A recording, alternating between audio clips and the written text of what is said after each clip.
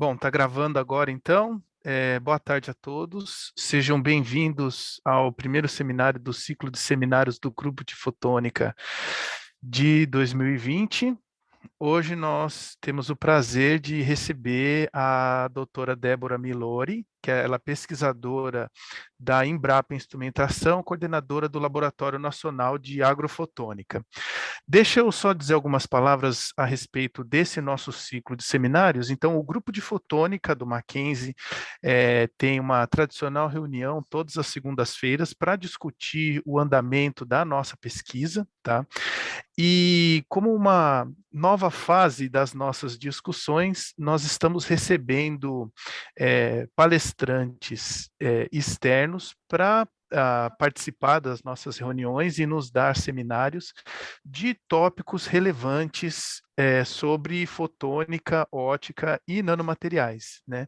Então, nós estamos começando esse ciclo de seminários do Grupo de Fotônica em 2022 com o pé direito, recebendo a doutora Débora. Eu vou fazer uma breve apresentação da nossa palestrante, tá? Então, a doutora Débora, ela é física formada pelo Instituto de Física da USP São Carlos, com mestrado e doutorado pelo Grupo de Ótica, também da USP São Carlos, e ela trabalha com ótica aplicada à agricultura e meio ambiente, né? Ela, logo após o doutorado, ela fez um pós-doutorado na Embrapa, onde atualmente ela é pesquisadora sênior, tá? Na Embrapa, ela desenvolve pesquisa em ótica e fotônica aplicadas à agricultura e ao meio ambiente. Como eu disse, ela é coordenadora do Laboratório Nacional de Agrofotônica e ela e o seu grupo de pesquisa trabalham com o desenvolvimento de métodos, sensores e equipamentos para análise de solos, plantas e fertilizantes, tá? Nessa linha de pesquisa, tem um destaque para o desenvolvimento de métodos que utilizam espectroscopia de emissão óptica com plasma induzido por laser para a quantificação de carbono, nutrientes, contaminantes no solo, inclusive com desenvolvimento de sistemas portáteis para diagnóstico de doenças em plantas. Então vejam que é um tema muito interessante, multidisciplinar, que envolve desde ciência básica, fotônica e ótica, até aplicações em agricultura. Tá? Então, espero que vocês aproveitem e participem desse seminário. Débora, muito obrigado. Nós estamos muito felizes com a sua participação no nosso seminário e o tempo é todo seu. Muito obrigada, Henrique, pela sua introdução. Agradeço demais o convite. É um prazer também para mim estar aqui conversando um pouquinho com vocês a respeito dessa área de atuação da Embrapa Instrumentação. E eu acredito muito que as duas instituições, né, tanto a Embrapa Instrumentação quanto o Mackenzie, possam ter uma possibilidade interessante de cooperação. Tem muita complementariedade nas pesquisas que as duas instituições realizam. Então, eu estou muito feliz realmente de estar aqui. Eu vou falar, né, na minha palestra sobre fotônica serviço do agronegócio. Mas antes da gente falar sobre esse tema, opa, por que não está? Antes de falar sobre esse tema, eu queria contextualizar um pouco a relevância do agronegócio em termos mundiais e particularmente para o Brasil. A gente observa aí vários cenários em relação ao crescimento populacional do mundo, né? As previsões dizem que até 2050 seremos em torno de 9, 10 bilhões de pessoas habitando o planeta, com demandas de energia, fibras, medicamentos, alimentos, né? Então, tudo isso remete às atividades do agronegócio. E para que a gente possa realmente alimentar essa população de 9 a 10 bilhões de pessoas, nós precisamos aumentar em torno de 70% a nossa produção de alimentos. A FAO, ela fez uma pesquisa, né, fez um estudo recentemente, e ela levantou demandas para os grandes países produtores de alimentos. E, particularmente para o Brasil, a FAO ela solicitou que houvesse um aumento na produção de alimentos de em torno de 40%.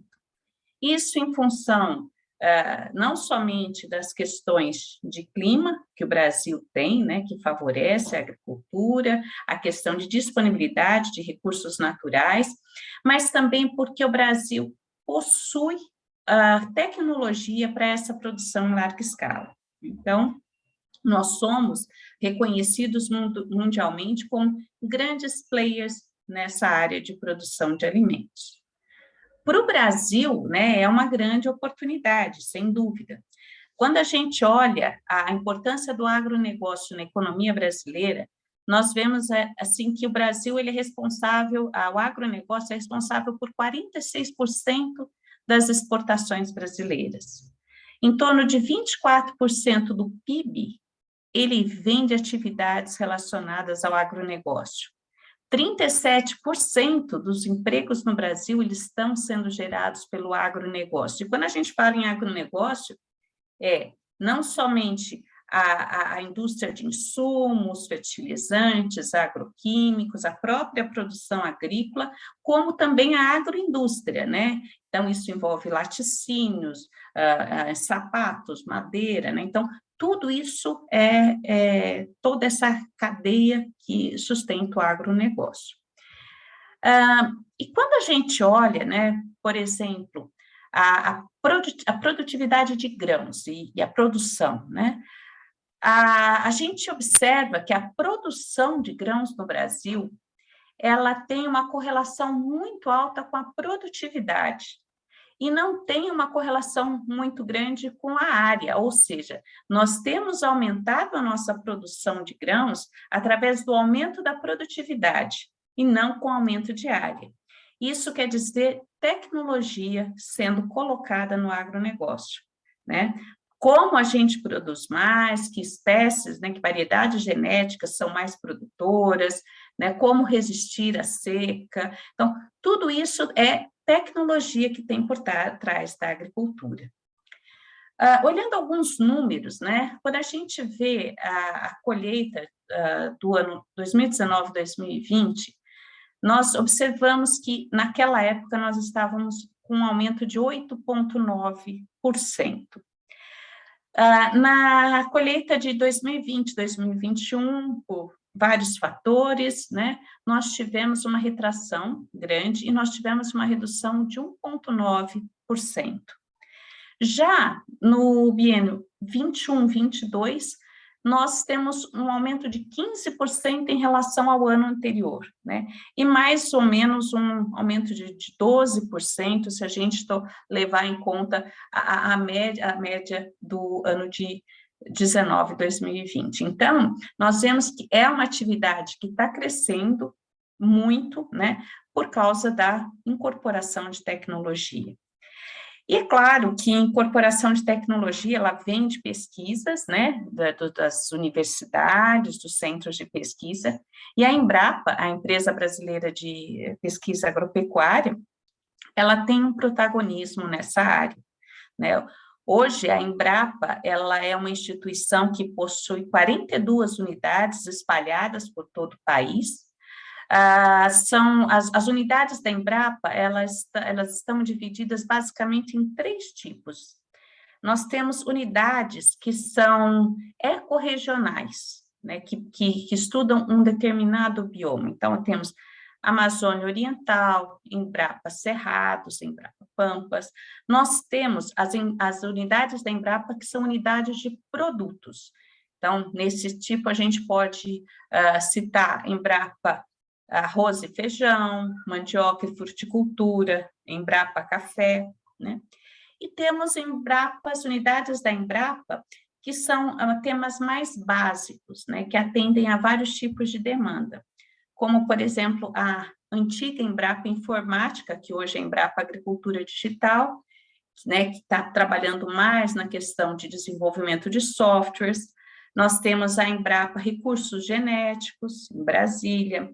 Nós temos a Embrapa Territorial, que trata mais das questões relacionadas ao monitoramento por satélite, temos a Embrapa Meio Ambiente e temos a Embrapa Instrumentação, que é a minha unidade, né, da unidade da qual eu venho, que trabalha nesse sentido de desenvolvimento de instrumentação, métodos, sensores, para aplicações tanto na agricultura, pecuária, como também na agroindústria.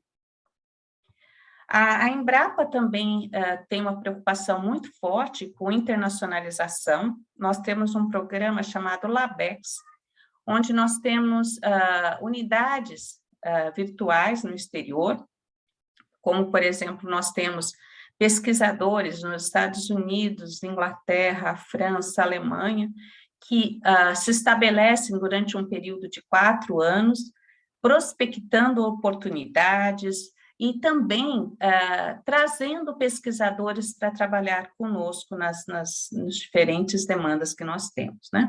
Cooperação internacional.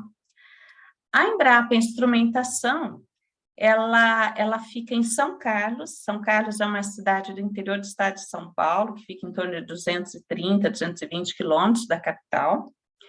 E em São Carlos nós temos 2 unidades da Embrapa, a Embrapa Pecuária Sudeste e a Embrapa Instrumentação. A Embrapa Instrumentação, ela tem tem a sede, que fica no centro, e uma unidade de campo, né? A sede, ela fica próximo à USP, ali na região bem central da cidade, e cedia 2 grandes laboratórios multiusuários, que é o Laboratório Nacional de Agrofotônica, que eu sou a coordenadora, e o Laboratório Nacional de Nanotecnologia no Agronegócio. E na área de campo, né, onde nós fazemos os testes de tecnologia em campo, nós temos um prédio do Laboratório de Referência Nacional em Agricultura de Precisão.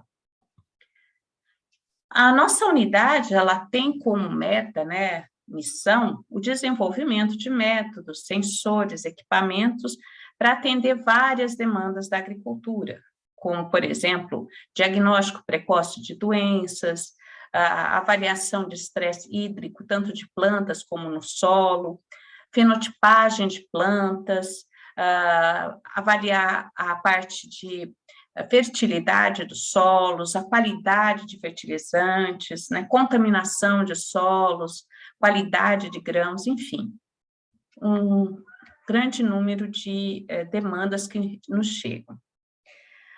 Bom, particularmente, né, eu vou falar aqui um pouquinho sobre o Laboratório Nacional de Agrofotônica, que eu coordeno, né, divido essa coordenação com o Dr. Ladislau Martim Neto. Esse laboratório ele foi estabelecido recentemente, o CNPq e o Ministério de Ciência, Tecnologia e Inovação lançaram, ano passado, um edital para selecionar laboratórios, né, de interesse da área de fotônica, e nossa proposta foi justamente essa, um laboratório de fotônica que fosse dedicado exclusivamente às aplicações do agro e também ambientais, né, e foi aprovado, e assim, nós estamos muito felizes, porque nós acreditamos que isso seja extremamente importante aí, tanto para a agricultura, quanto também para a fotônica. O nosso laboratório, ele tem como áreas de atuação a parte de segurança alimentar e segurança do alimento, tá? A segurança alimentar está relacionado a gente produzir alimentos em quantidade para alimentar a população, para que não tenhamos fome. E a segurança do alimento está mais relacionada a você ter um alimento que não seja contaminado, que não transmita doença, né? Então, é nessa linha.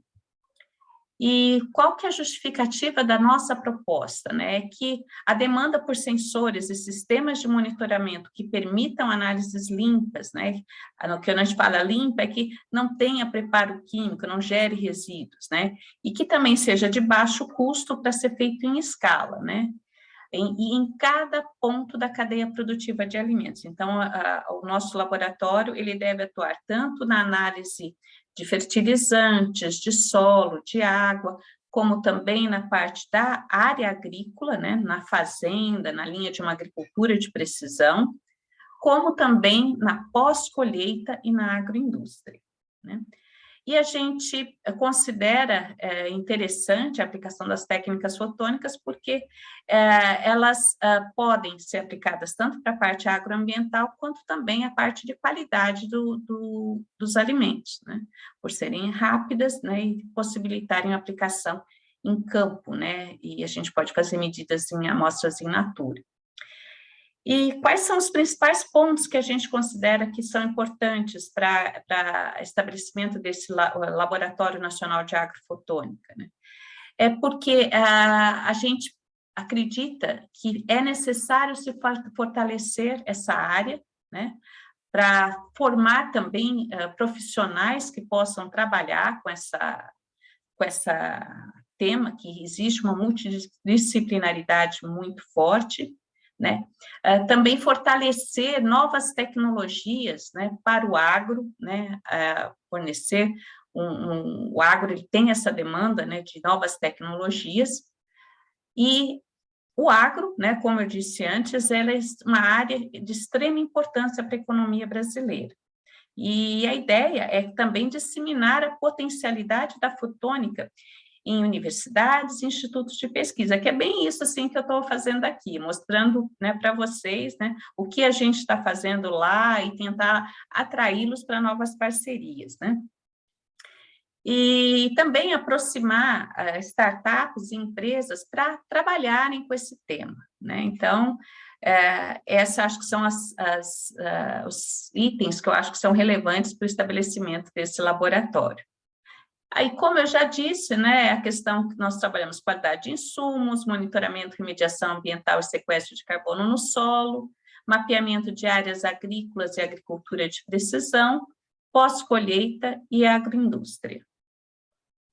Aqui eu vou apresentar um vídeo, assim, rapidinho, para vocês terem uma noção de como é lá o nosso laboratório em São Carlos.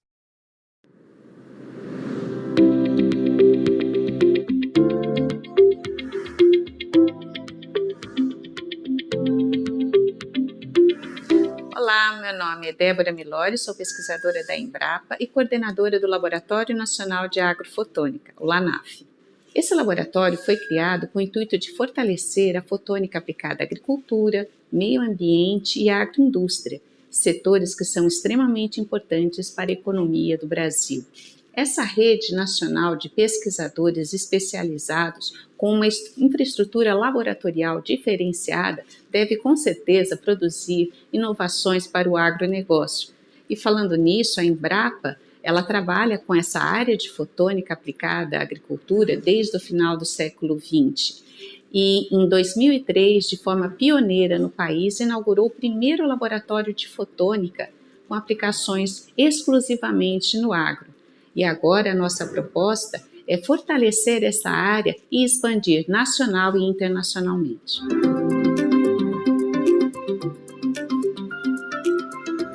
O LANAF deve usufruir da capilaridade nacional da Embrapa para, a partir de São Carlos, atuar nas 5 regiões do país. Temos parcerias com diversos centros de pesquisa da Embrapa. Além disso, também temos parcerias com grandes instituições brasileiras, como a USP, a Unicamp, a Unesp, a UFSCar e o IPEM. Isso sem contar nas parcerias internacionais. Temos parcerias com pesquisadores principalmente dos Estados Unidos e Europa.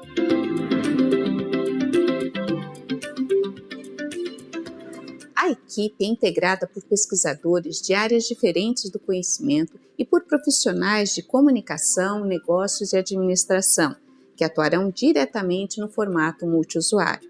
Esse modelo já é aplicado com sucesso em outros laboratórios da Embrapa Instrumentação, nas áreas de nanotecnologia e agricultura de precisão.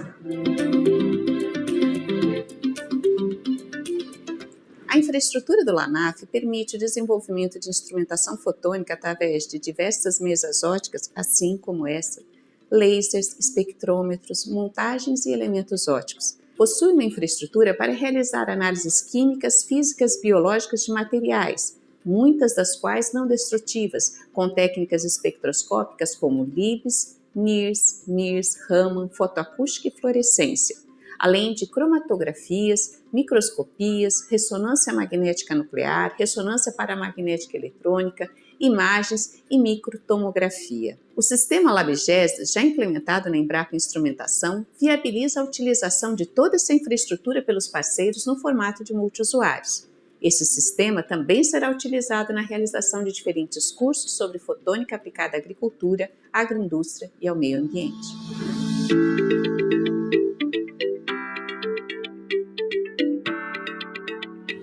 O laboratório tem atuado principalmente no modelo de inovação aberta, no qual o parceiro integra o projeto desde o início para que os resultados sejam entregues mais rapidamente e focados nas demandas do mercado e da sociedade. Essas parcerias envolvem importantes cadeias produtivas, tais como soja, café, algodão, citros, fruticultura, vitivinicultura, produtos cárneos e lácteos, aquicultura, fertilizantes e até o mercado de créditos de carbono. A equipe também acompanha os produtos licenciados para ajudar sua inserção no mercado e acompanhar seu impacto no setor produtivo.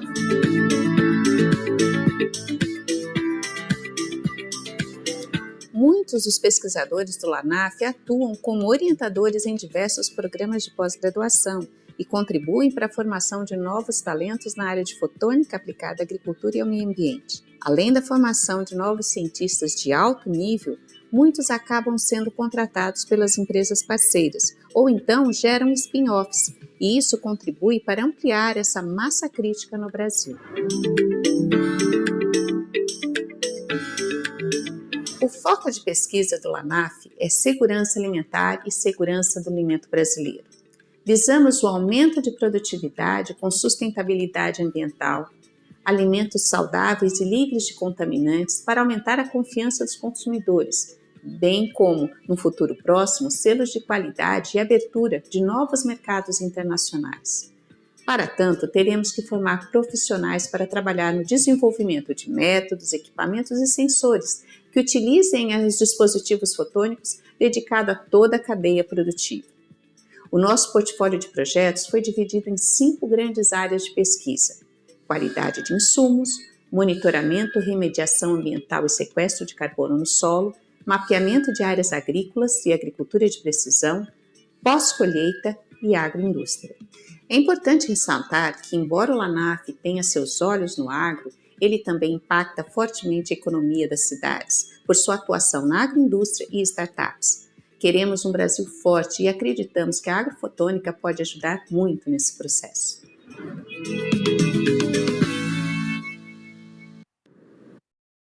Bom, eu agora vou falar um pouquinho de 2 exemplos, né, de trabalhos que a gente realiza lá na Embrapa Instrumentação, né, dentro do LANAF, que eu acho que ilustra bem essa questão da física, da ótica, da fotônica aplicada em questões da agricultura. Tá? Então, eu vou começar pelo mapeamento de doenças de planta em campo, né? O Brasil, ele é um grande produtor de suco de laranja. Aproximadamente 60% do suco de laranja consumido no mundo, ele é de origem brasileira. E, particularmente, o estado de São Paulo, ele é um dos protagonistas dentro dessa produção. E, por falta de variabilidade genética nas áreas produtoras, nós temos um grande problema com doenças, né, nos citros, né? Então, sempre surgem novas doenças. E em 2005 surgiu aqui no Brasil, né, não é que surgiu aqui no Brasil, não, veio para o Brasil. Na verdade, é uma doença que surgiu na China, né, o HLB, ou Huanglongbing, e ela veio para o Brasil em 2005. Essa doença, ela atinge os pés de laranja, ela é causada por uma bactéria, né, que é transmitida por um inseto chamado Psilídeo, e uma vez que ela se estabelece na planta, ela não tem cura, né? Então, aqui eu tenho algumas fotos do inseto vetor, né, o Psilídeo, E aqui, em Araraquara, próximo de São Carlos, é que foi o epicentro da doença. Foi por ali que entrou essa bactéria aqui no Brasil. E, infelizmente, o país já tinha, né, com uma grande quantidade desse inseto vetor, né, a Diaphorina citri, e a doença se alastrou de forma exponencial no tempo, e até hoje ela é a principal doença dos citros, né? Se a gente olhar, né, para o que acontece com a planta que está doente, você observa umas manchas amareladas na folha de forma irregular, deformação nos frutos, né? E o pé vai secando, né? Então, isso afeta muito a produção dos citros. Opa, por que não está? Opa, aqui. O que o pessoal faz para controlar essa doença é basicamente adquirir mudas certificadas, controlar a população desse inseto, a Diaphorina citri, e erradicar a árvore doente, tá? Que está com sintomas já visuais, né? Aquele amarelecimento das folhas, quando tem frutos, vê a simetria do fruto, tal. E para diagnosticar, a única técnica que realmente o setor tem é o PCR quantitativo, né? Eu mesmo, né, que a gente usou aí na COVID. Só que esse é um exame caro, se não dá para você fazer em larga escala para mapear um pomar, por exemplo, né? Então, o pessoal faz assim, assume se o pomar está com aquela bactéria, né? Uma vez que detectou no PCR, você fala, bom, o pomar está contaminado, a hora que você faz a inspeção visual, você acaba erradicando a árvore, né, sem fazer nenhum teste, né, acredita-se na sensibilidade da pessoa que está fazendo a inspeção. Só que tem um grande problema. É uma forma de controle bastante dependente da pessoa que está fazendo a inspeção, né? Dela visualizar os sintomas e diagnosticar corretamente. E o outro problema é que observou-se que essa doença ela tem uma fase assintomática que vai de 2 a 3 anos, e nesse período, aquele pé que está contaminado, né? Os psilídeos vão lá, se alimentam da seiva e vão contaminando os demais. Então, quanto mais tempo você deixa um pé contaminado no pomar, mais ele vai contaminar o seu pomar, né? Então, em função disso, toda essa forma de controle, que foi bastante rigorosa, principalmente no estado de São Paulo, não foi suficiente para controlar essa doença, né? Então, e a isso, lá em 2006, a gente fez uma parceria com a Citrosuco para tentar ver se disponibilizava para o setor um método que pudesse fazer esse diagnóstico precoce o quanto antes, né? E que não fosse invasivo. E a gente começou a usar a fluorescência induzida por laser, né, espectroscopia de fluorescência induzida por laser, realizada na folha, e a nossa hipótese era que, uma vez que a planta estava contaminada, né, mesmo que ela não tivesse sintomas, ela já era quimicamente diferente do que uma planta saudável. Então, se ela era quimicamente diferente, a espectroscopia de fluorescência induzida por laser poderia avaliar essa mudança e isso gerar um método diagnóstico, tá?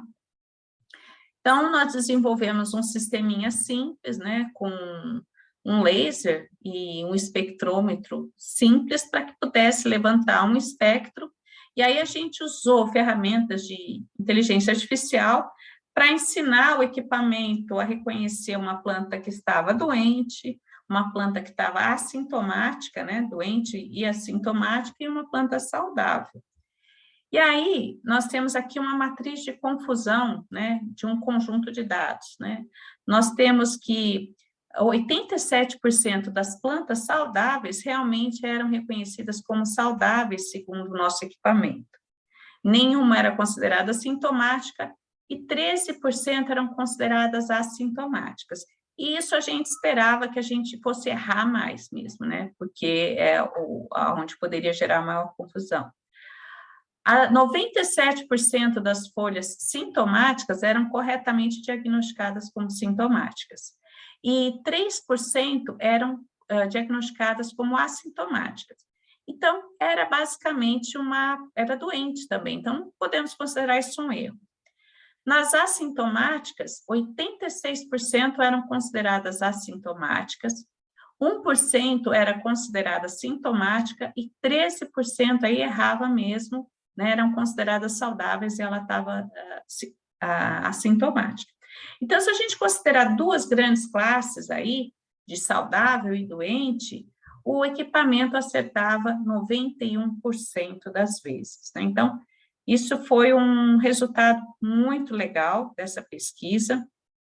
Nós temos uma patente que foi depositada no Brasil e depois expandida e concedida em diversos países, já foi concedida nos Estados Unidos, na União Europeia, né, na África do Sul, na China, né, e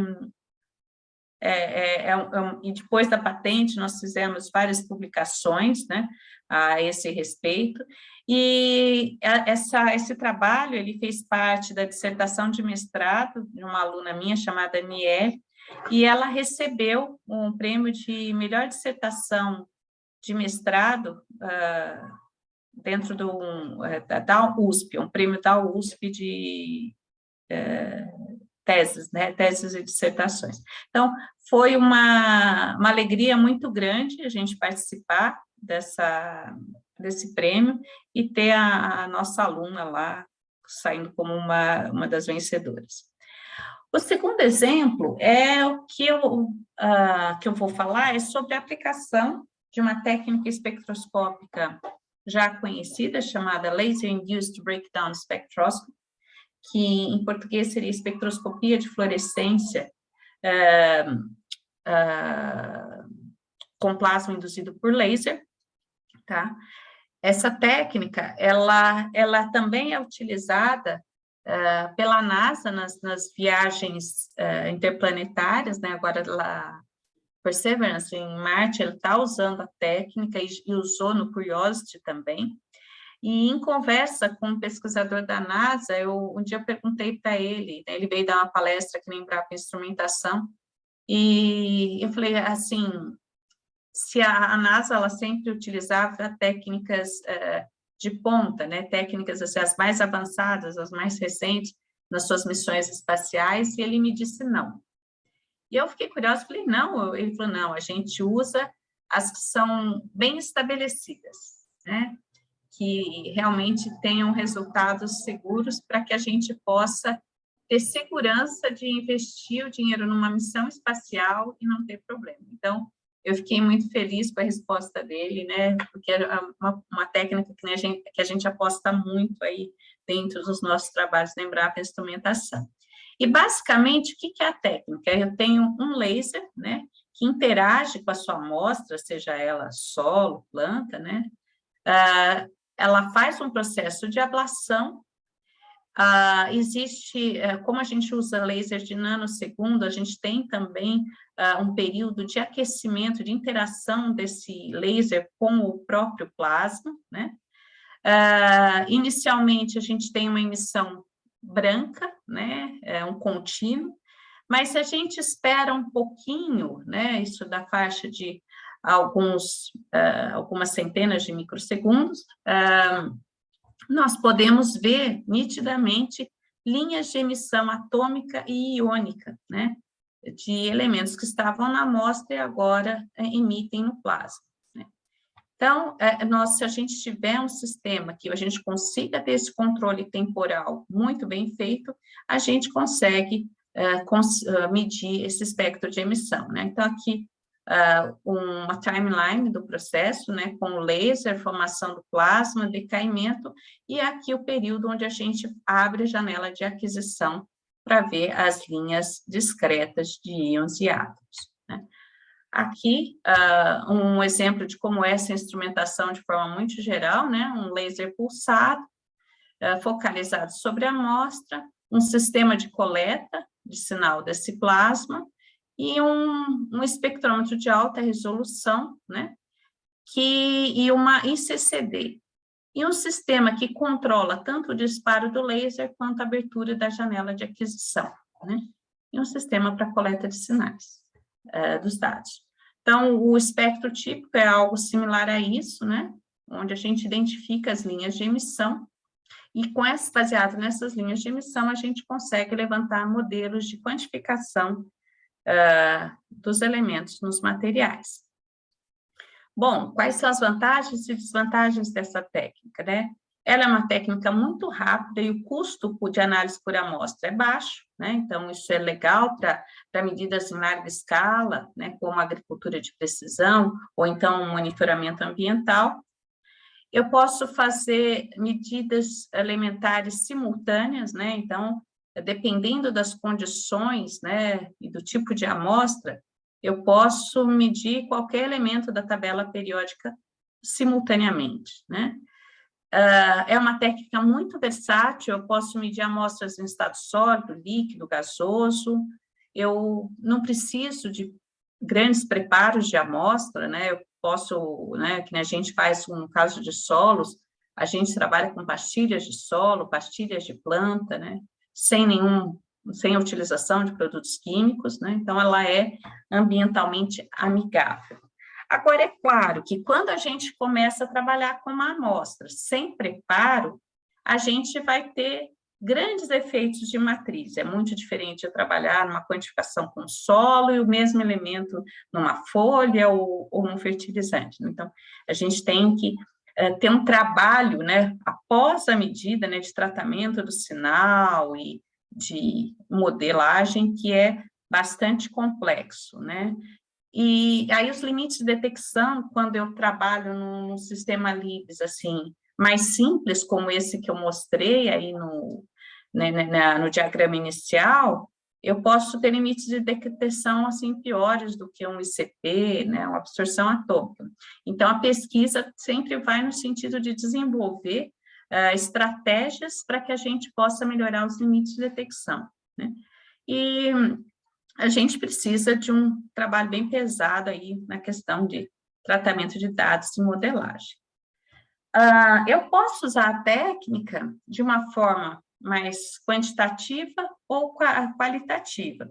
Quando eu trabalho com ela de forma quantitativa, eu tenho dois tipos de estratégia. Eu tenho o calibration free, quando eu tenho um padrão que eu conheço a concentração, e aí eu conheço muito da física do plasma, de parâmetros ali da parte de física, dos níveis de energia, tanto dos íons quanto átomos, a nuvem eletrônica, né? Quando eu sei como lidar com essas questões, eu posso utilizar o calibration free e determinar concentrações, né?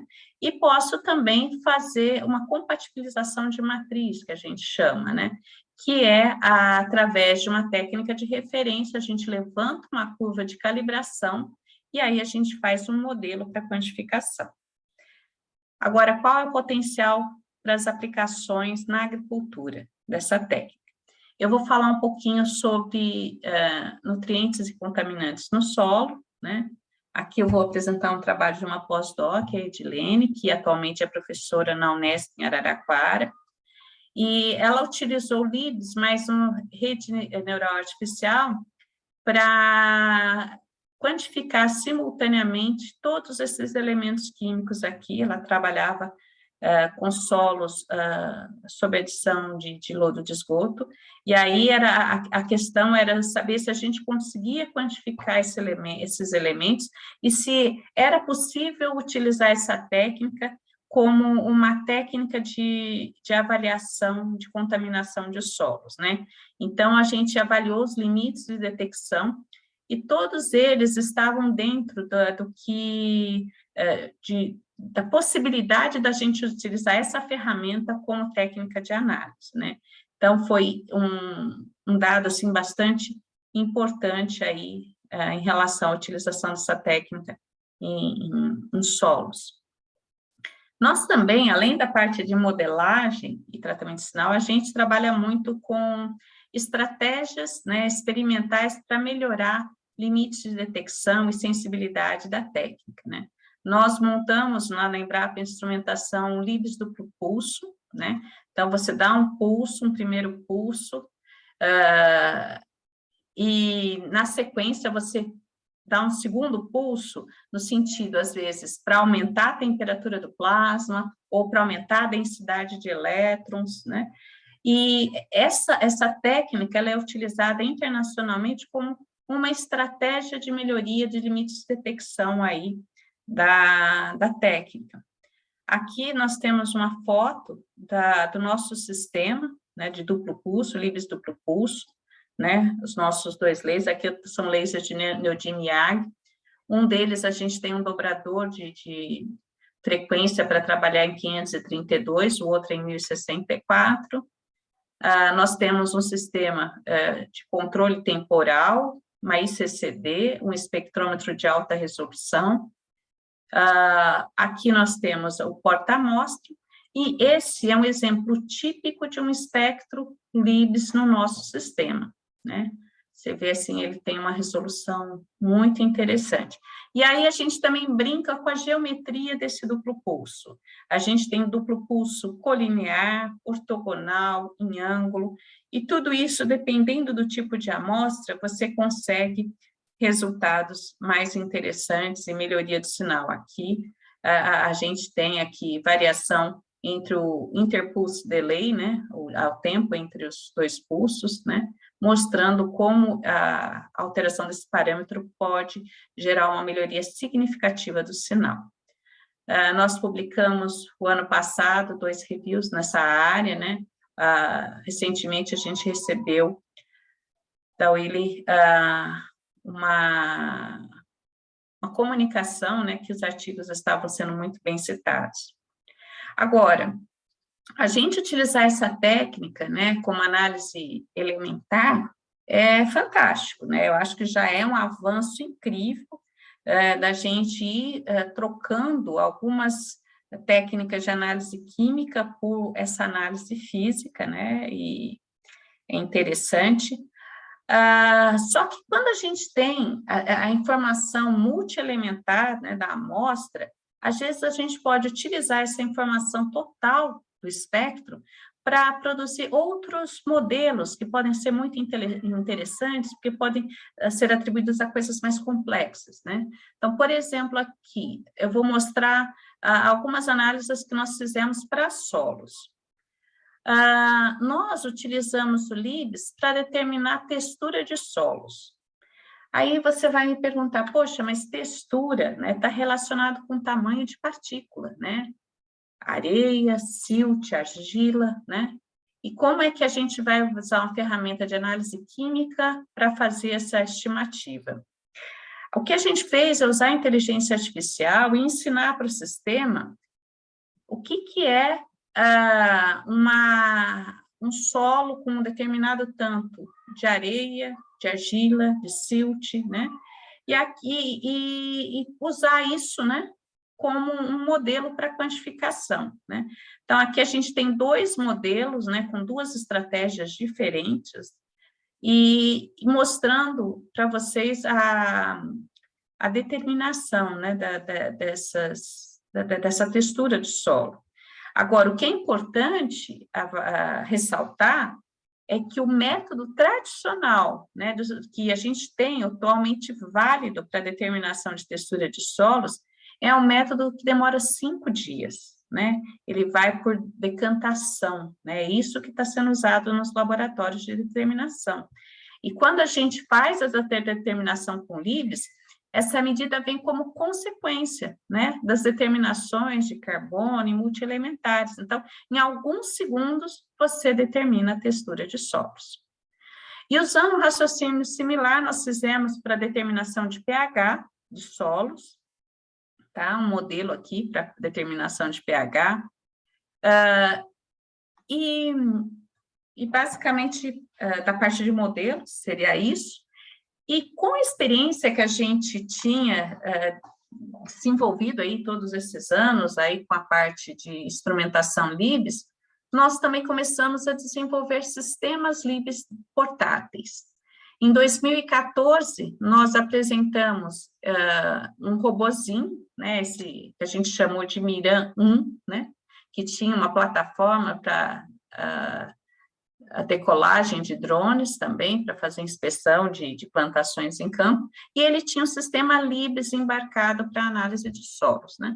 Esse era um sistema que a gente fez com financiamento de um projeto CNPq, e teve uma divulgação enorme, né, deu Globo, Band, deu uma divulgação enorme. E nós conseguimos, na sequência, atrair a atenção de empresários, né, para a utilização da técnica.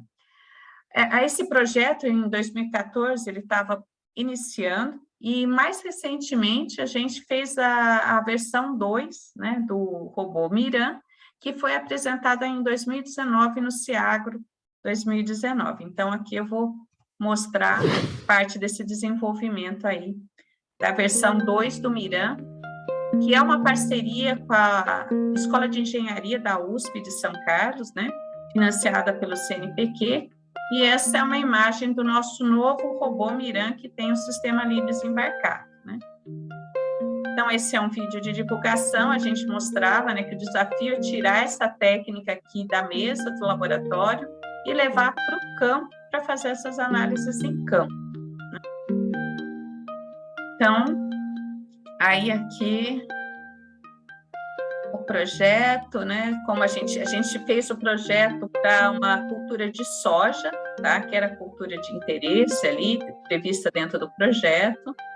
Então, os engenheiros Daniel Becker e Marcelo e Daniel Magalhães, né, trabalharam arduamente para projetar o robô, e nós, na Embrapa Instrumentação, aqui é o laboratório da Embrapa Instrumentação, trabalhamos na parte do desenvolvimento do sistema óptico.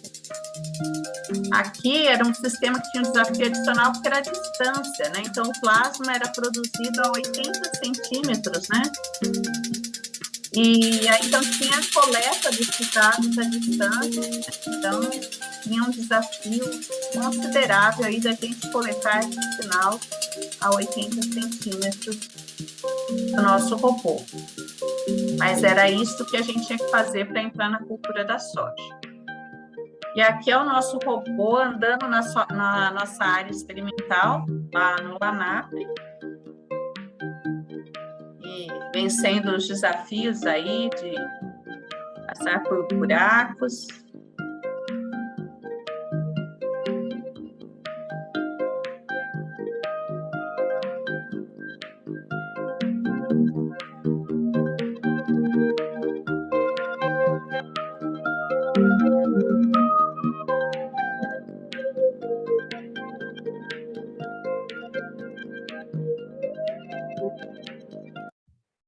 Opa. Bom, isso é muito legal, isso é pesquisa, né? Quando a gente ainda fala desse robô e desse sistema Libs embarcado, né? Ainda é uma questão de futuro, né? E o papel da Embrapa, assim como das universidades, é isso, né? É pegar o conhecimento básico, desenvolver, testar, né? Então, só que a inovação, de fato, ela tem que ocorrer nas empresas, né, do setor produtivo. E aí a gente tem esse desafio, né, de levar essas ideias, né, vender essas ideias e incorporar essas ideias no setor produtivo. Então, o Miran, né, com a demonstração de 2014, nós tivemos aí uma visita em 2015 de um jovem empreendedor que resolveu falar, olha, eu sei que o robô é futuro, que tem muitos desafios ainda para vencer, mas utilizar essa técnica para fazer mapeamento de solos numa condição de laboratório, né, trocar toda a parte de análise química por essa análise, ele falou, é um desafio real e, né, acredito que isso possa ser realizado. E ele falou, olha, então eu quero fazer uma parceria aí com vocês para a gente desenvolver um sistema Libs, para fazer medidas de solo em larga escala. Aí eu falei para ele, não, tá ótimo, né? Qual é o nome da sua empresa? Ele falou, não tem empresa ainda, mas eu vou criar e volto. Eu falei, nossa, né? Tem cada louco que aparece aqui na sala, né? Que vem assim, mas tudo bem. E não é que esse rapaz, depois de 3 meses, ele volta e fala, olha, eu criei a empresa agrorobótica, né? Só que eu sou agrônomo, eu entendo de solos, entendo de análise de solos, mas eu não entendo nada de física, não entendo nada de inteligência artificial, não entendo nada de eletrônica. Como é que eu faço, né, para ter uma equipe que possa trabalhar nesse projeto? E aí eu falei, olha, eu tenho 5 alunos aqui, né, que eu peguei os alunos que eu achava, né, que eram importantes para que ele tivesse dentro do perfil que ele estava precisando. E aí, então, ele formou a primeira equipe dele para desenvolvimento, e foi muito interessante a gente trabalhar nesse projeto. A gente conseguiu aí calibrar o sistema desenvolvido para vários elementos, né, carbono, magnésio, textura de solos, fósforo, enfim. E em 2018, o sistema foi lançado na AgriShow, né? E o rapaz é esse aqui, o Fábio De Angelis, aqui era o presidente da Embrapa, na época, o Maurício Lopes, o chefe-geral da instrumentação da época, o João Naime. Tivemos a visita do ministro, enfim, foi muito legal, só que assim, logo na sequência, o Fábio me procurou e falou, olha, Débora, está tudo ótimo em termos assim, de validação, o equipamento funciona, só que eu estou totalmente descapitalizado, eu não sei como fazer essa empresa ir para frente, estou quase desistindo. E nessa época, em 2018, eu também assumi a chefia de transferência de tecnologia da Embrapa Instrumentação, tá? E eu comecei a conversar com as empresas que estavam ali com a gente, trabalhando em projetos de inovação aberta, e todos eles tinham a mesma queixa, né? O bendito do Vale da Morte, que como é que a gente faz para escalar, como é que a gente faz para entrar no mercado, como é que faz para isso daqui dar certo, né? E então, eu tive uma ideia de começar a fazer eventos para atrair investidores, né? E em 2018, a Embrapa Instrumentação participou do COFEST e organizou um evento lá na unidade, né, convidou um investidor para dar uma palestra, e depois, na sequência, a gente fez um painel com as pessoas que eram proprietários de startups que estavam ali, spin-offs que estavam ali com a gente. E foi muito legal, porque fruto desse evento, 3 das startups que estavam com a gente lá, né, inclusive a Agrorobótica, que é uma spin-off, foram aceleradas por investidores, né? E isso foi um ponto da virada para essas 3 empresas, né? No Ciagro 2019, né, aqui tem algumas fotos do evento que nós fizemos lá no LANAPRE, né, foi um evento, tinha mais de 500 pessoas, né, muitas autoridades, muitos investidores, né, então foi um evento que teve tanto a parte de palestras, né, trouxemos também a parte dos produtores, para ouvir as dores de produtores e cooperativas, e nós fizemos também demonstrações de campo, para demonstrar as tecnologias que a gente tinha recentemente trabalhado, né? Como o caso aqui do Miran, algumas sondas de solo, alguns drones para pulverização, né? Aqui alguns investidores, inclusive esse é um investidor americano que estava conosco, né? Então, e fizemos também uma feira com as nossas startups. Aqui é a SpecFit, que usa ressonância magnética nuclear para análise de alimentos. Aqui tem a Agrorobótica, Brasil Agritest, aqui a Bionano, né? Então, e foi muito legal, porque foi uma oportunidade que a gente deu para essas startups todas conversarem com outras empresas, com investidores, e foi muito importante. Nós também fizemos atividades no pitch deck de Agtechs, né? Também para que as Agtechs que quisessem, né, competir, se expor explicitamente para para investidores, mesmo que ainda não tivessem produtos finalizados para demonstrar, né? É isso, né? Esse é o nosso grupo de ótica fotônica. Nós temos aí em torno de 9 pesquisadores que estão envolvidos com esse grupo, temos 3 analistas, né? E temos alguns outros pesquisadores, né, que não são da área de ótica fotônica, mas se juntam a nós, né, complementando as nossas expertises. E é isso, eu agradeço muito, e é isso que eu gostaria de apresentar para vocês hoje. Estou à disposição aí para perguntas e dúvidas. Muito bem. Débora, muito obrigado pela excelente apresentação. Eu tô maravilhado aqui, vou digerindo aos poucos tudo que você falou.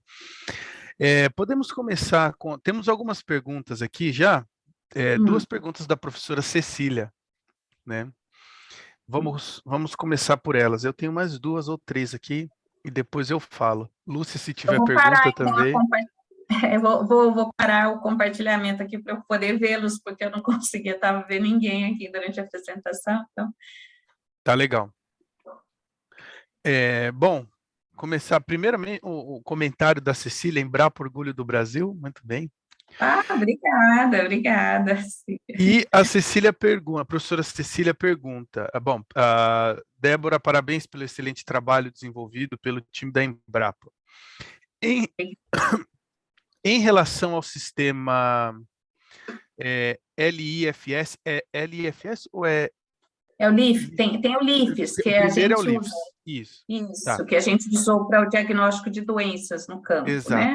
Qual é a sensibilidade da técnica para o diagnóstico da HLB e qual é a concentração dos marcadores moleculares que é utilizada como cutoff para o diagnóstico?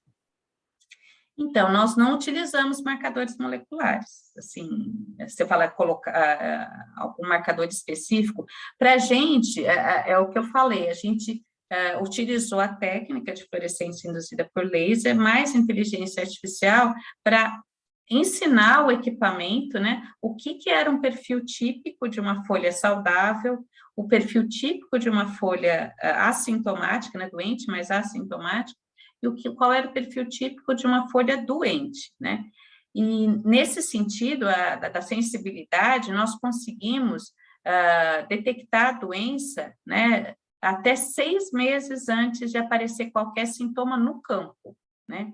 O que isso é bem complicado, porque, assim, o campo é diferente, né? Laboratório, com condições mais controladas, em plantas, né, inoculadas, a gente tinha acertos até maiores, mas em campo, isso é bem delicado. Então, a gente foi o mestrado da Aniele, né, que foi praticamente 2 anos de acompanhamento, até que, né, mapeando toda a área que a gente recebeu de teste da Citrosuco e fazendo acompanhamentos com PCR quantitativo das áreas, né, para que a gente tivesse certeza que a gente estava fazendo um diagnóstico correto. Então, nesse caso, a gente conseguiu 6 meses de antecedência fazer a diagnose da doença. Fazer basicamente, o trabalho envolveu uma calibração de um banco de dados a partir do cruzamento dos dados de fluorescência com a técnica já validada do PCR, né? Isso, exatamente. Então, a gente recebia amostras, né? O primeiro experimento foi um experimento com inoculação, que a gente fez, inclusive, em parceria com a Fundecitrus, né? Que eles fizeram dentro de área controlada, né? E aí, depois que a gente teve essa validação em casa de vegetação, a gente começou a fazer com árvores de campo, né? Mas ainda em pequena escala, para montar banco de dados. E no final, que foi um trabalho de vários anos, né, na dissertação da Aniele, a gente fez um acompanhamento de campo mesmo, né, fazendo medidas e fazendo diagnóstico, levantando mapas. E aí, até 6 meses antes de apresentar traços significativos no PCR, as amostras já apresentavam resposta em fluorescência no padrão do positivo da doença. Muito Isso, interessante. exatamente. E assim, não somente, porque a gente tem as questões de alteração de teor de clorofila, que ficam evidentes na fase sintomática, né, que você vê o amarelecimento da planta, mas a região espectral que nos dava maior informação na fase assintomática era uma região de metabólitos secundários, que depois, em pesquisa com a UFSCar, que estava trabalhando com esses metabólitos secundários, é que a gente entendeu que a planta, ela, logo que ela é infectada, mesmo em fase assintomática, ela começa a gerar metabólitos de reação, né? E o que a fluorescência estava vendo era justamente esses metabólitos, né? A planta tentando reagir à doença, né? Então... Bom, a professora Cecília escreveu aqui, acho que é uma pergunta follow-up dessa primeira, se vocês analisavam produtos da degradação das folhas das laranjas doentes. E aí, se nesse caso era um perfil molecular ou não, a gente não analisava da degradação, não. Tá. O que a gente fazia, na verdade? Então, assim, a gente pegava as plantas, as folhas assintomáticas, elas eram assim, inicialmente, né, quando a primeira etapa do projeto, a gente, por exemplo, tinha uma árvore que tinha um galinho com pequenos sintomas. A gente mandava o PCR, detectava a bactéria. Aí a gente ia para o outro lado da planta, coletar folhas totalmente assintomáticas, né? E aí fazia as análises para entender esse perfil. O que era que poderia estar mudando na planta, a gente sabia que aquela era uma planta doente, né? Mas como é que evoluía o perfil dessa planta assintomática? Tá certo. E tem mais uma outra pergunta da Cecília. Com base na sua experiência, quais são os maiores desafios do setor do agronegócio no desenvolvimento de tecnologias para monitoramento e diagnóstico? Nossa, aí é uma pergunta bem ampla, né? Quais são os desafios? Olha, a gente tem aí N desafios, né? Eu vou citar até um relativo a esse do Green, que é assim, além do desafio da gente fazer um monitoramento no campo, né, que a gente tem uma tecnologia que foi validada, tudo, um grande desafio para a gente tornar isso daí um produto e viabilizar é que a gente não encontrou empresas na área de fotônica que fossem do agro. Em 2010, quando a gente começou, 2010, 2011, quando a gente começou a trabalhar assim a busca de empresas, que a gente tinha uma maturidade desse sistema, a gente viu que não tinha empresas de fotônica voltadas para o agro aqui no Brasil. Então, a gente começou a trabalhar com o nome de empresas que eram de outras áreas, por exemplo, né? A Opto, que estava mais para a área médica, mais para a área militar, né? Vocês não gostariam de entrar para o agro? Aí fomos, assim, conversando com empresas, né? Então, porque não adianta a gente ter... porque eu acho, assim, é importantíssimo a gente publicar artigo, né? A gente ser validado pelos pares, né? É extremamente importante. É importante a gente fazer patente, a gente proteger, né? Eu acho que... Mas a gente tem que levar os produtos para o mercado, tá certo? A gente tem que ter empresas que recebam essas tecnologias, né? E, às vezes, o que eu sinto, que eu acho que é extremamente relevante o LANAF, é justamente para começar a trabalhar isso, né? Atrair empresas, atrair profissionais para trabalharem no agro. O agro, ele tem muitas demandas, é o que eu falei. Nós somos 42 unidades da Embrapa, né? Então, a gente recebe demanda de praticamente 41, né?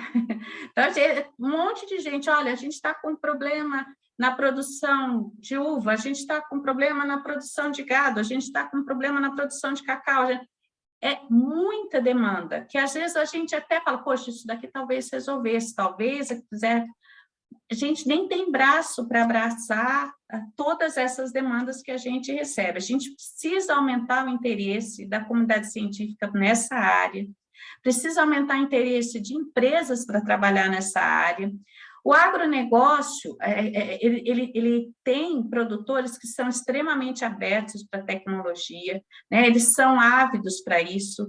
Às vezes a gente chega com propostas, eles falam, não, vamos tentar, vamos ver. Então, eu acho que é importante essa cooperação, né? Eu venho aqui, para mim, estou muito feliz de estar aqui conversando com vocês, porque eu acho, assim, que uma das funções do LANAF é justamente isso, né? Começar a atrair pessoas, vamos fazer parcerias, vamos conhecer os problemas do agro, e vamos ver se a gente gera essas empresas para colocar efetivamente esses produtos no mercado, né? E realmente causar o impacto que a nossa agricultura precisa, né? Que a gente viu aí no começo que a gente tem um desafio gigante aí de aumentar praticamente 40% da nossa produção num espaço aí de 25 anos, né? Então, é importantíssimo que a gente se alinhe aí para poder fazer isso. Muito bem. Temos aqui mais algumas perguntas. Antes de prosseguir com as perguntas que o pessoal escreveu aqui na parte de perguntas e respostas, queria saber se a Lúcia, o Toró tem algum comentário, querem fazer alguma pergunta. Temos aqui também o professor Cristiano. Cristiano, fique à vontade. Que você deixa a gente por último, tem tanta Tá bom. pergunta aí. Temos aqui, ó, pergunta da Gina. Cara, professora Débora, parabéns pela linda carreira no Embrapa. Gostaria de saber se consegue usar essa técnica espectral para estudar substâncias da própria terra do campo. Sim, sim.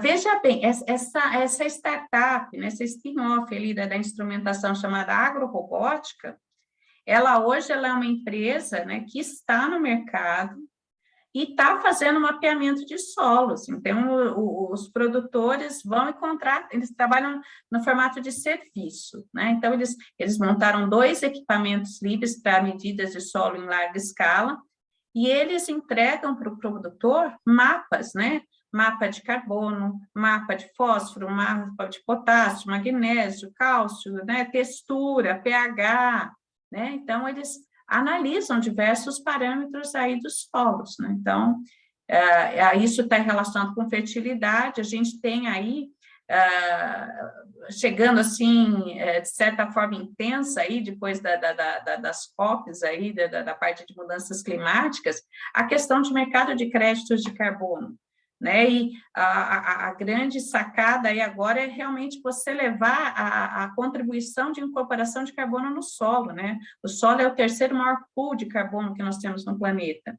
Então, né, e as modelagens antigas estavam deixando isso de fora, e não pode, porque é extremamente relevante o tanto de carbono que, através de fotossíntese, né, é incorporado no solo, através de degradação de matéria orgânica.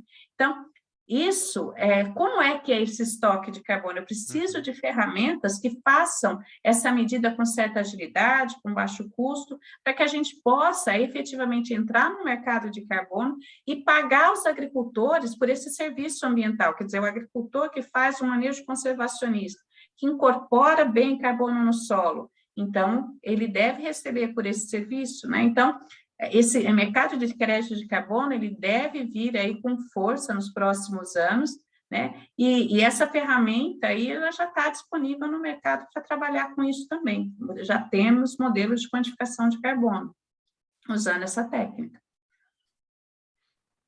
Muito bem. Tem uma pergunta aqui também do Bruno Diniz.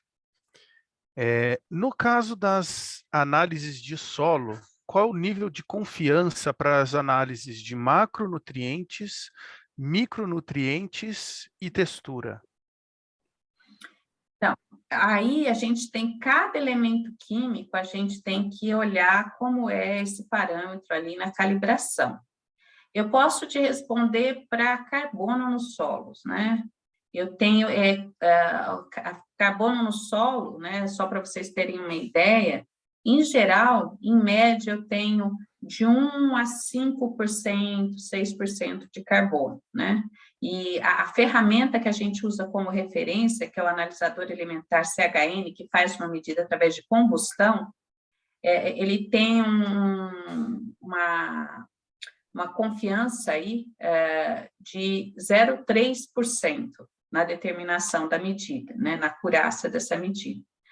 A gente está trabalhando com modelagem para determinação de Libs, que a gente trabalha com 0,4. Então, a gente está muito próximo aí com a própria técnica de referência. Então, os modelos têm sido bem eficientes aí nessa quantificação de carbono, né? Agora, a cada elemento químico você tem que fazer esse estudo, tá? Eu não vou ter de cabeça e, assim, depende muito da instrumentação também que você usa, né? Então, o meu sistema do Libs duplo pulso pode ter uma configuração que me leve a uma sensibilidade maior, uma acurácia maior, um sistema mais comercial, como é da agrorobótica, é uma outra acurácia, uma outra sensibilidade, a gente teria que avaliar elemento a elemento químico, né? Então, precisaria ver. Não dá para responder uma coisa igual para todo mundo. Certo. Bom, mas é um nível de confiança bastante bom já Para pelos carbono, resultados apresentados e em comparação com a calibração da técnica corrente. Isso. Muito bem. Toró, Lúcia, Cristiano. Ladies first, Lúcia. Sim.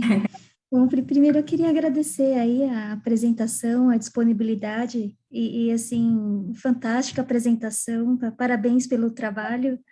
Realmente é o que a professora Cecília falou, né, um orgulho para nós, né, brasileiros, ver esse trabalho aí que vocês estão desenvolvendo. Eu queria, assim, que se pudesse comentar um pouquinho, você falou sobre a questão dos alimentos, né? É usada a técnica de Libs também para o que é? Para ver agrotóxico, a qualidade do alimento? Então, alimentos, a gente tem, assim, uma série de trabalhos sendo realizados, né? Desde imagens de fluorescência, imagens espectrais, o próprio Libs, tá? A fluorescência induzida por laser, a gente tem, depende do alimento, depende do que você quer observar, aí a gente tem trabalhos relacionados a isso, né? Então, a gente realmente vai testando, dependendo do que a gente vai desenvolvendo alguma metodologia que possa ser um indicador. Certo. A gente não tem uma coisa específica, não, a gente usa tal, a gente usa várias. Entendi. Então, tá joia. Toró, fica à vontade. Tá bem. Débora, parabéns e obrigado, viu? Que trabalho maravilhoso vocês estão fazendo lá, viu? Puxa vida. Obrigada. Dá orgulho para a gente, dá orgulho. Bom, a minha pergunta vem com uma surpresa, certo? Eu fiquei surpreso, certo, de você ter essa potência que é o agronegócio no Brasil e ainda assim você encontrar gargalo, e ainda assim existiu o Vale da Morte, certo? Para você. Isso eu estou muito surpreso. Sabe assim, porque, olha, existe o problema, existe gente que tem problema, tem dinheiro, tá certo? Mas é uma coisa tão maluca isso no Brasil, é que nem as estradas, o escoamento. Então, você tá muito no agronegócio, eu tenho algum contato, tá certo? O pessoal já acostumou até a perda por causa do escoamento das estradas que não são boas. Já colocaram isso na planilha deles, então vamos tocar assim mesmo, ao invés de arrumar estrada para diminuir a perda, certo? E estão tão acostumados a resolver os problemas que assim eles não estão vendo parar e colocar dinheiro nesse negócio aí e fazer uma empresa que... O seu primeiro teste foi com a soja. Gente, o Brasil, assim, soja, tudo quanto é lugar no Brasil, né? Tá certo? Existe a Associação Brasileira dos produtores de soja, né? Certo? Assim, vamos montar uma empresa a produzir esse equipamento para todo mundo, tá certo? Eu imaginei que isso fosse uma solução óbvia. Não é. Não é, Toró, não é, porque assim, eles querem receber a tecnologia, mas eles não querem montar o equipamento, eles não querem montar a empresa para montar equipamento, entendeu? O Eles negócio querem deles não é esse, né? Me dá o equipamento que eu compro, né? Exatamente, ele fala onde é que eu compro, mas eu não vou montar.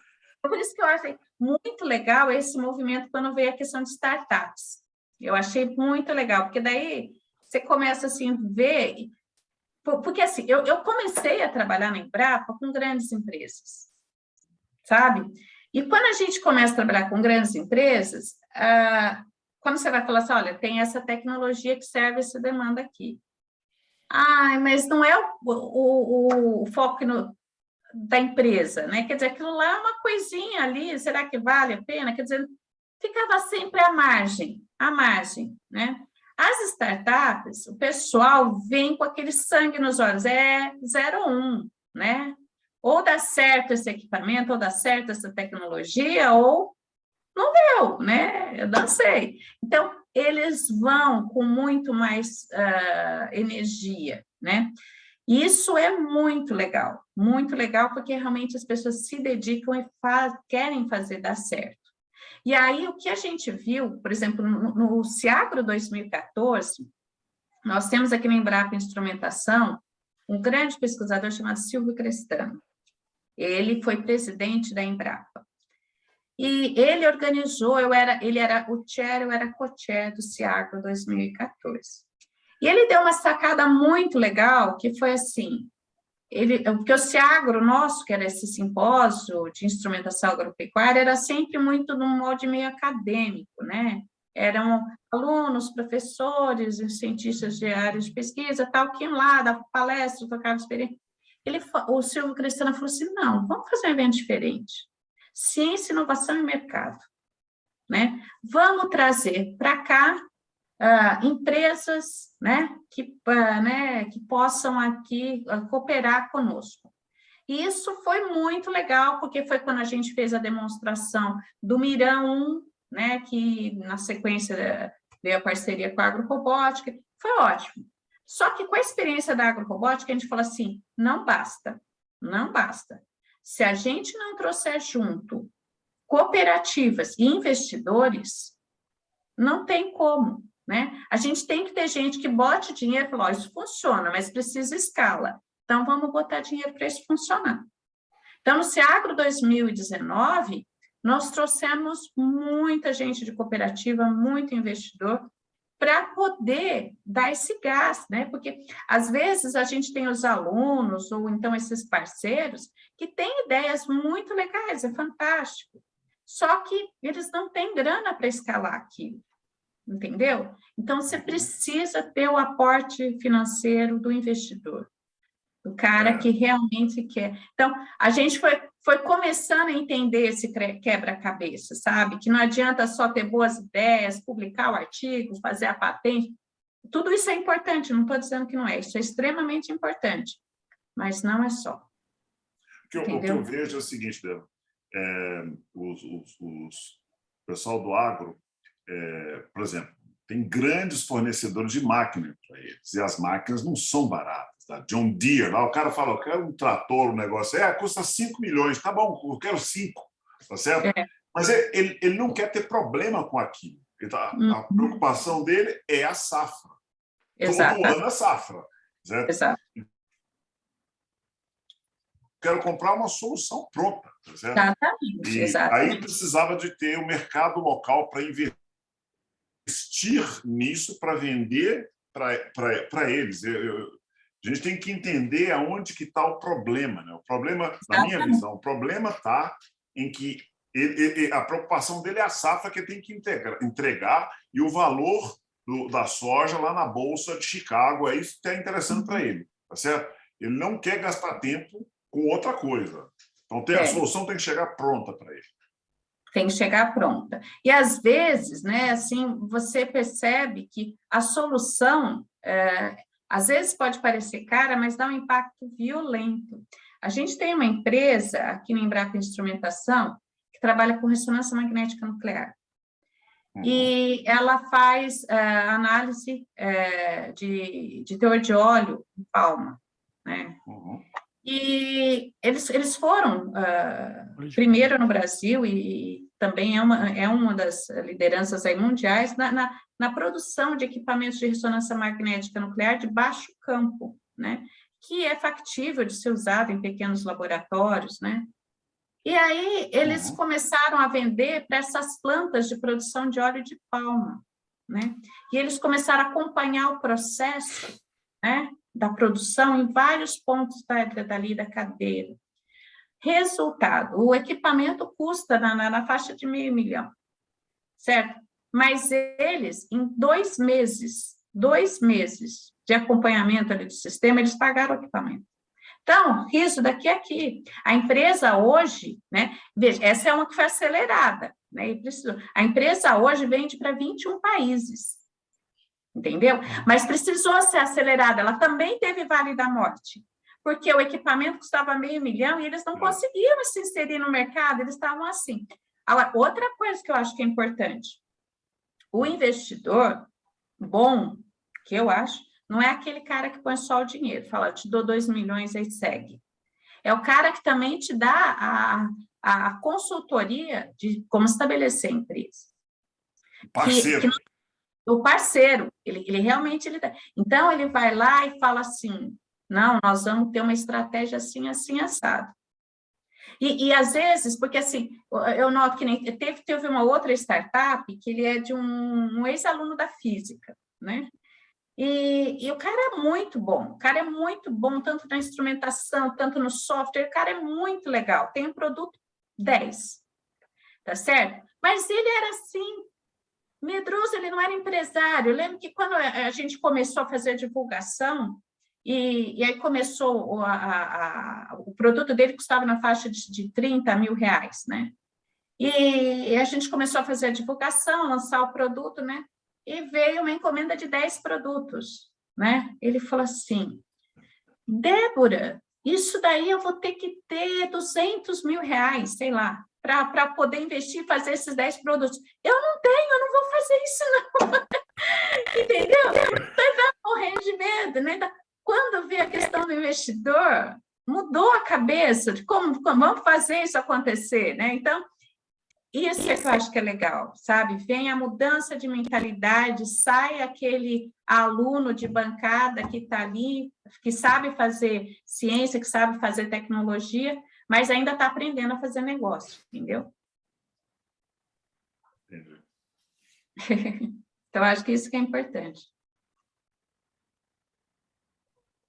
Legal. Cristiano aí, já está aí?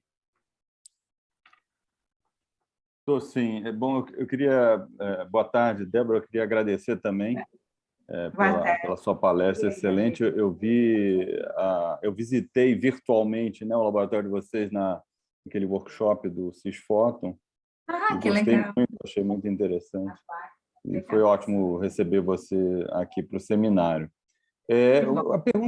A curiosidade que eu tenho é assim da experiência, da sua experiência não só dentro da Embrapa em instrumentação, mas juntando a parte fotônica com a parte de agro, tem alguma coisa na área de sensores a fibra ótica para o agro, Débora? Ainda não, nós não trabalhamos ainda com esse tipo de sensores. Aí, uma boa possibilidade de parceria aí, de repente a gente pode ver questões aí que possam ser usadas. Nós não temos trabalhado aí com sensores, né? A fibra ótica sendo um sensor, né, que você fala. Exato, para ficar remotamente monitorando continuamente, né? Sim, sim. Para alguns parâmetros físicos, por exemplo, né? Não químicos, mas físicos também. Legal. Nós ainda não entramos nessa área, não. Legal, obrigado. Nada, imagina. Eu tenho uma pergunta. Você demonstrou, Débora, a aplicação da espectroscopia de de plasma para mapeamento do solo, né? Isso. Nós já temos resultados ou estudos de aplicação dessa técnica para sementes, para análise de sementes e grãos também? Sim. Como é que funciona o preparo de amostras nesse caso, então? Porque o solo ele é analisado praticamente sem preparo, né? Já que você pode fazer em campo, né? Depende muito, a semente depende muito do que você quer, tá? Porque, assim, o Libs, ele tem essa possibilidade de gerar até um mapeamento dentro da semente. Então, de repente, se você quer saber, de repente, um perfil de como está a distribuição elementar dentro de uma semente, você pode, né, fazer medidas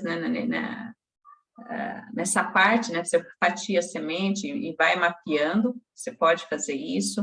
Você pode, de repente, como eu falei, nós publicamos um artigo aí o ano passado, que nós avaliamos o vigor de semente de soja, tá? Que é na linha daquelas determinações mais complexas. Eu não vou fazer uma determinação elementar específica, mas eu vou classificar. Entendeu? Então, eu classifico sementes de alto vigor, médio de vigor e baixo vigor com a ferramenta, entendeu? Então, isso foi uma publicação que nós fizemos em parceria com a Universidade Federal do Mato Grosso do Sul. Então,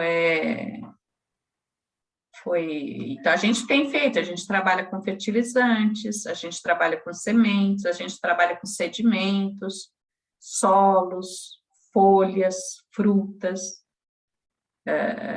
com produtos industrializados, com uma avaliação de, por exemplo, aveia, né? Então, é bastante versátil a técnica para utilização em várias áreas. Muito bem. Vamos ver, parece que apareceu mais uma pergunta aqui. Bom, foi a Gina, estudante de doutorado do grupo, agradecendo pela apresentação e pela resposta da pergunta.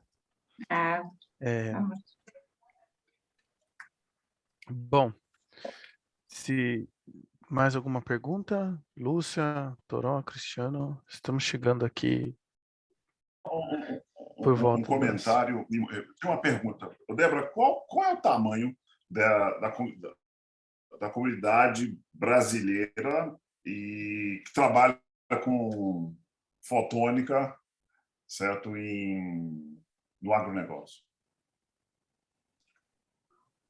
Olha, eu vou falar assim muito da minha experiência pessoal, de algumas pessoas, né? Até a gente tem assim o grupo lá do professor Banhato, no Instituto de Física, a gente trabalha, tem algumas interações, ele tem alguns alunos trabalhando com alguma coisa na parte de fotônica.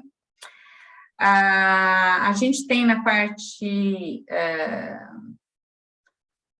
o pessoal do Mato Grosso do Sul, que também trabalha, né? Ali no IPEM, a gente tem alguns trabalhos mais voltados para a parte ambiental, mas é fotônica aplicada ao meio ambiente. A gente tem na Unesp alguns ex-alunos meus que trabalham nessa linha, no SENA também tem, na UFSCar, mas assim, se eu fosse chutar um número, né, eu acho que hoje daria menos de uma centena, viu? Acho que de 50. É muito pouco, né? Puxa vida, sabe? Muito. A coisa mais louca. Olha o tamanho desse país, o tamanho do agronegócio, responsável por quase 50% do PIB, tá certo? E você vê, olha, é que aquele gráfico que você mostrou da produtividade aumentando, tá certo?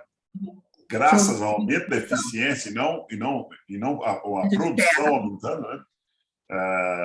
Isso mostra que há um longo caminho para melhorar ainda, certo? Um longo caminho, certo?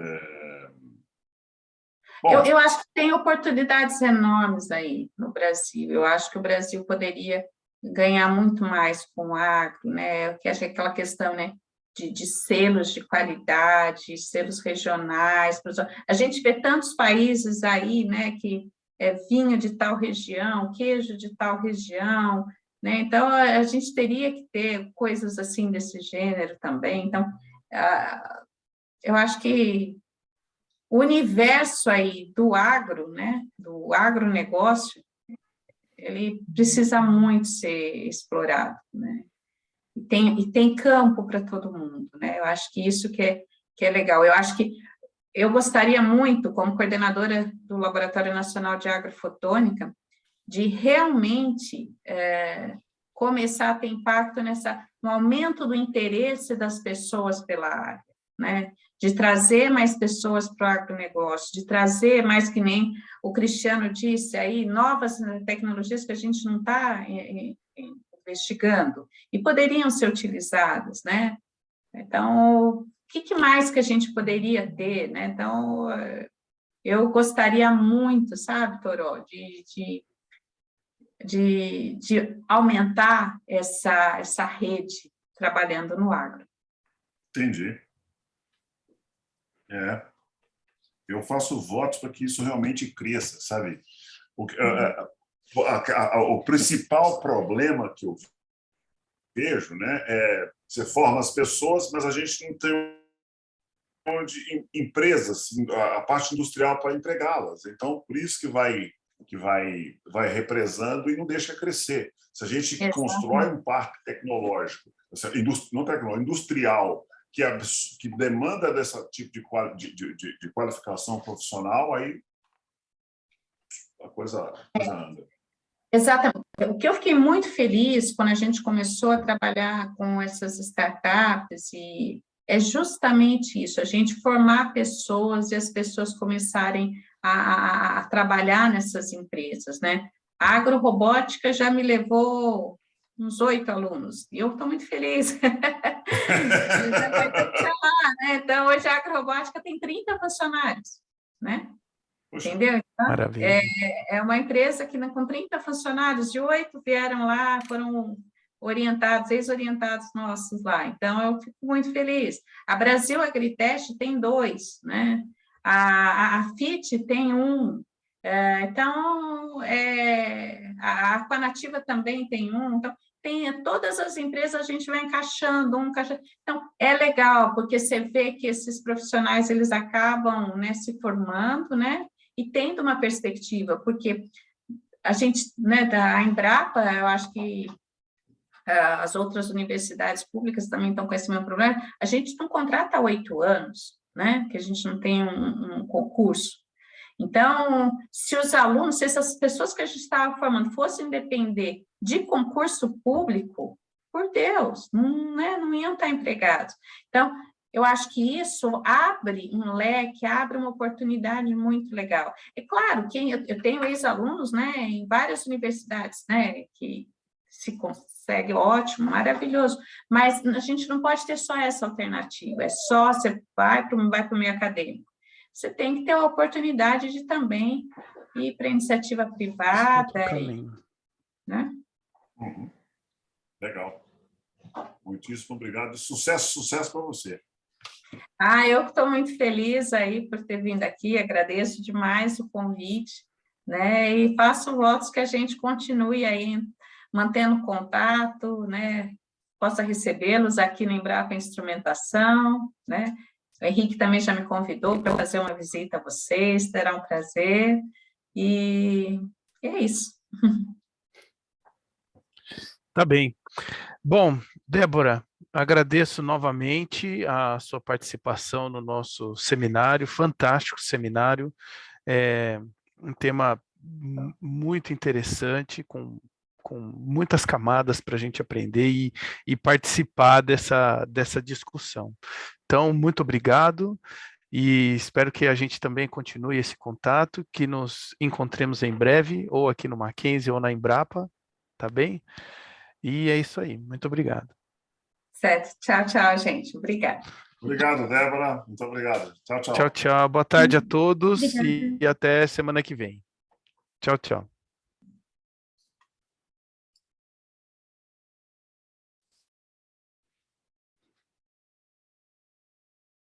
Oi, Saulo, pode encerrar a gravação, por favor?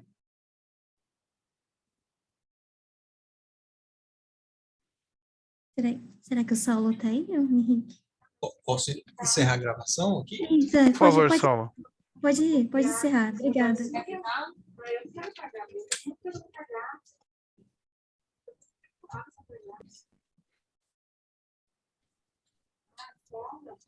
Mas o Saulo vai ter que ficar. O Saulo,